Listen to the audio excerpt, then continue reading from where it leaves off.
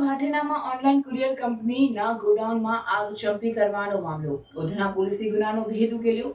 2 આરોપીઓની પોલીસે ધરપકડ કરી. સુરતના ભાટેનામાં ઓનલાઈન કુરિયર કંપનીના ગોડાઉનમાં આગ ચપી કરવાનો મામલો. ઉધના પોલીસે ગુનાનો ભેદ ઉકેલી અને 2 આરોપીઓની ધરપકડ કરી. વિશાલ સુનિલ ચૌધરી અને રવિ ગુલાબ સરોજને પોલીસે ઝડપી પાડ્યા, જ્યારે અન્ય 7 લોકોને વોન્ટેડ જાહેર કર્યા છે.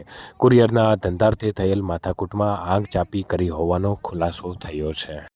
ઉધના પોલીસ સ્ટેશનના હદમાં આવેલ ભાટેના જે વિસ્તાર છે ત્યાં આગળ આરબી એન્ટરપ્રાઇઝ નામની જે કુરિયર એજન્સી છે એના માલિક આમોલ ભગવાન પગારે આ કમ્પ્લેન આપેલી છે અને 21/7/2025 રાતના 2:30 થી 3:30 સમયગાળા દરમિયાન આ આગજનીની ઘટના બની હતી, જેમાં અમે BNS 326G 189(2) અને 3(5) મુજબ ગુનો રજીસ્ટર કરેલો છે.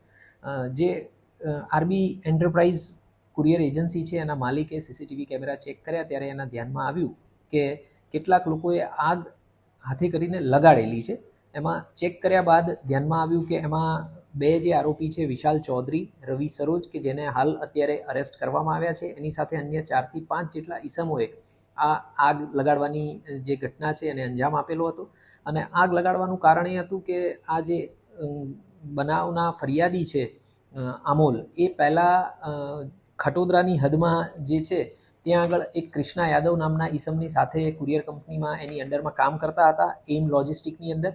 અને એમ લોજિસ્ટિકમાં એમને પગાર બાબતે માથાકૂટ થતાં એમણે એમ લોજિસ્ટિક છોડી દીધી અને પોતાની કુરિયર કંપની, મેં કીધું એ પ્રમાણે, આરબી એન્ટરપ્રાઇઝ શરૂ કરી. એમાં જે ધંધાની અદાવત છે એના કારણે થઈ અને આ આગ લગાડવામાં આવી છે એવો એમણે શક જાહેર કરેલો છે. આ બાબતે અત્યારે સીસીટીવી ફૂટેજ અને અન્ય સોર્સિસથી અમે ઇન્વેસ્ટિગેશન કરી રહ્યા છીએ અને બાકીના જે પણ આરોપીઓ છે એમને જલ્દીથી જલ્દી અરેસ્ટ કરવામાં આવશે. સર, આ જે આગ લાગી છે, જે આગ લગાવવાવાળા હતા એ જાતે સળગી ગયા છે.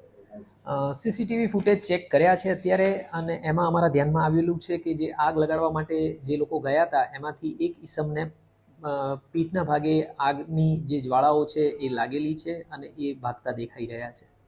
અગાઉ પણ કંઈક માથાકૂટ થઈ તે જાણવા મળ્યું.